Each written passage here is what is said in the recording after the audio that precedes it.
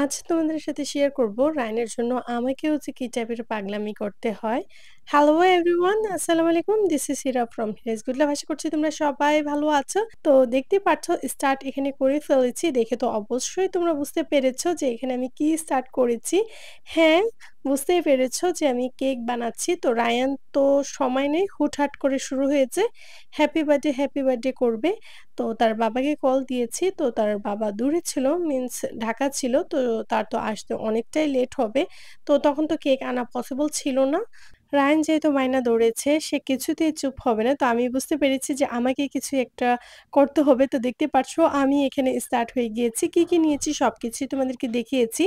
তো ২ টি ডিম নিয়েছি, সেটার যে সাদা অংশ সেটাকে আমি বিট করে ফোম তৈরি করে নিচ্ছি। যে ফোম হয়ে গিয়েছে, এখন দিচ্ছি ভ্যানিলা যে এসেন্স সেটা দিচ্ছি। দিয়ে দেন এখন এড করে দিচ্ছি পরিমাণ অনুযায়ী অয়েল। অয়েল এড করে এখন আমি দিচ্ছি চিনি। তো আমি এখানে ২ কাপ যেহেতু ময়দা নিব, ১ কাপ চিনি দিয়ে আমি সবকিছুকে আবারও বিট করে নিচ্ছি। তো অবশ্যই চিনিটা তো তোমরা জানো তোমাদের অনুযায়ী দিতে হয়। আর এই হচ্ছে সেই কুসুম যেটা আমি রেখে দিয়েছিলাম, সেটা দিয়ে আমি আবারও বিট করে নিচ্ছি।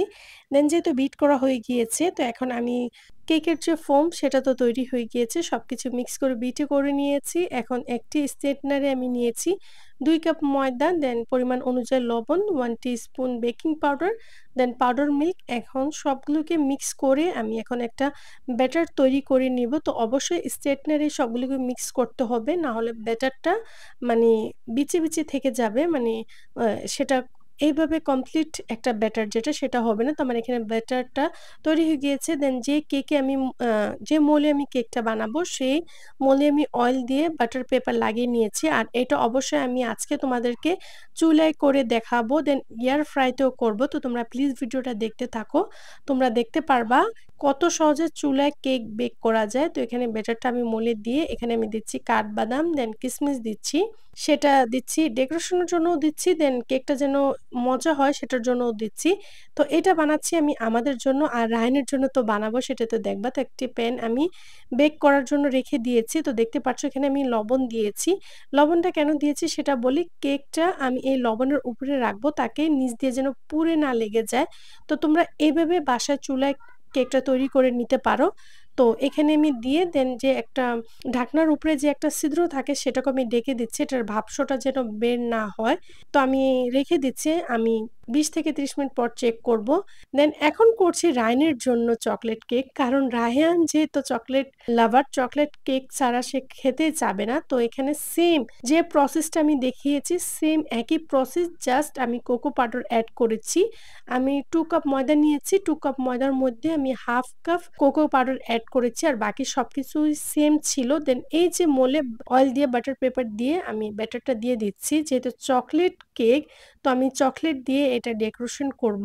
তো দেখতে পাচ্ছ খুবই সহজে আমি তোমাদেরকে ২ টি কেক তৈরি করে দেখিয়েছি। চকলেট অ্যান্ড সিম্পল যে ভ্যানিলা কেক সেটা চা দিয়ে খেতে খুবই মজা। অবশ্যই তোমরা ট্রাই করবা। তো এখানে এটাও কমপ্লিট হয়ে গিয়েছে। চকলেট দিয়েও আমি ডেকোরেশন করে দিয়েছি।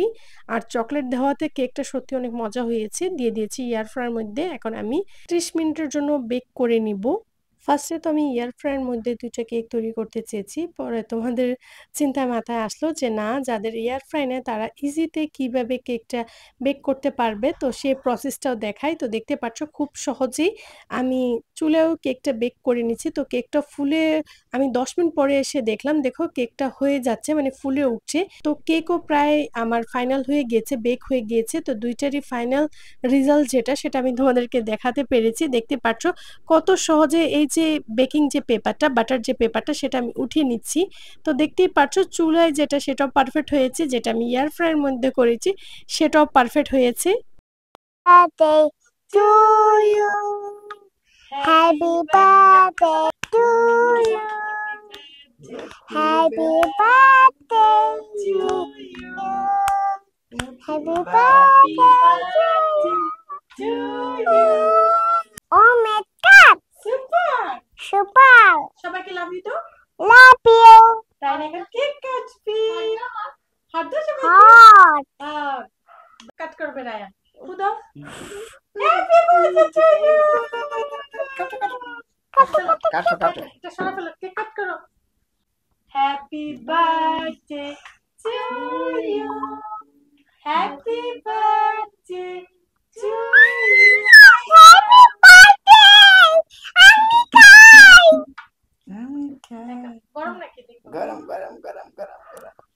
গরম গরম হুম হুম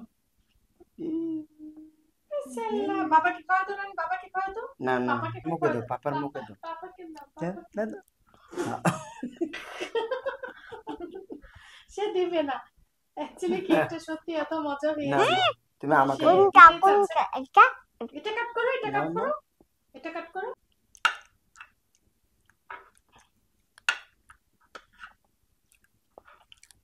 মাশাআল্লাহ চকলেট না না হাজবেন্ড আসার পর তো রাইনের যে বার্থডে সেটা তো আমরা দেখতেই পেরেছো কমপ্লিট করেছি আর রাইনও খুবই হ্যাপি হয়েছে তো এখন আমি কেকটা কেটে দেখাচ্ছি যে কতটা সফট হয়েছে তো এটা আমি যে স্পঞ্জ কেক সেটা বানিয়েছি যেটা সিম্পল ভ্যানিলা যেটা সেটা চায়ের জন্য বানিয়েছি চা দিয়ে খাওয়ার জন্য আর এটা তো বানিয়েছি রাইনের জন্য তো কেকটা খুবই পারফেক্ট হয়েছে তো যাই হোক কেক টেক কাটার পর তো আমি যে রান্না করেছি এখন সেটাই ডাইনিং টেবিলে সার্ভ করছি মানে রাত্রের যে ডিনার আমরা সেটাই করব তো এখানে আমি রানের জন্য মাংসে আজকে আলু দিয়েছিলাম তো আর যে লাউ ছিল সেটা চিংড়ি মাছ দিয়ে রান্না করেছি খাবারটা খুবই সিম্পল রেখেছি তো খাবার সার্ভ করে এখানে আমি হাবিবা আর রায়নকে সার্ভ করে দিচ্ছি আমি আর আমার হাজব্যান্ড পরে খাবো তো তাদের খাবারটা আমি আগে ফিনিশ করছি অবশ্যই আমাকে কমেন্ট করে জানাবা যখন তোমাদের বাচ্চারা তোমাদের কাছে বায়না করে তোমরা কি করে থাকো আমার মতন এভাবে ম্যানেজ করো কিনা ভিডিওটি ভালো লাগলে ভিডিওতে একটি লাইক দিয়ে চ্যানেলটি সাবস্ক্রাইব করো অবশ্যই আমার পাশে থেকে যাবা অবশ্যই আমাকে কমেন্ট করে জানাবা তোমাদের কাছে দুইটি কেকের মধ্যে কোন কেকটি বেশি ভালো লেগেছে বা তোমাদের কাছে খেতে কোনটা ভালো লাগে দেখা করছি নেক্সট ভিডিওতে টেক কেয়ার বাই বাই আল্লাহ হাফিজ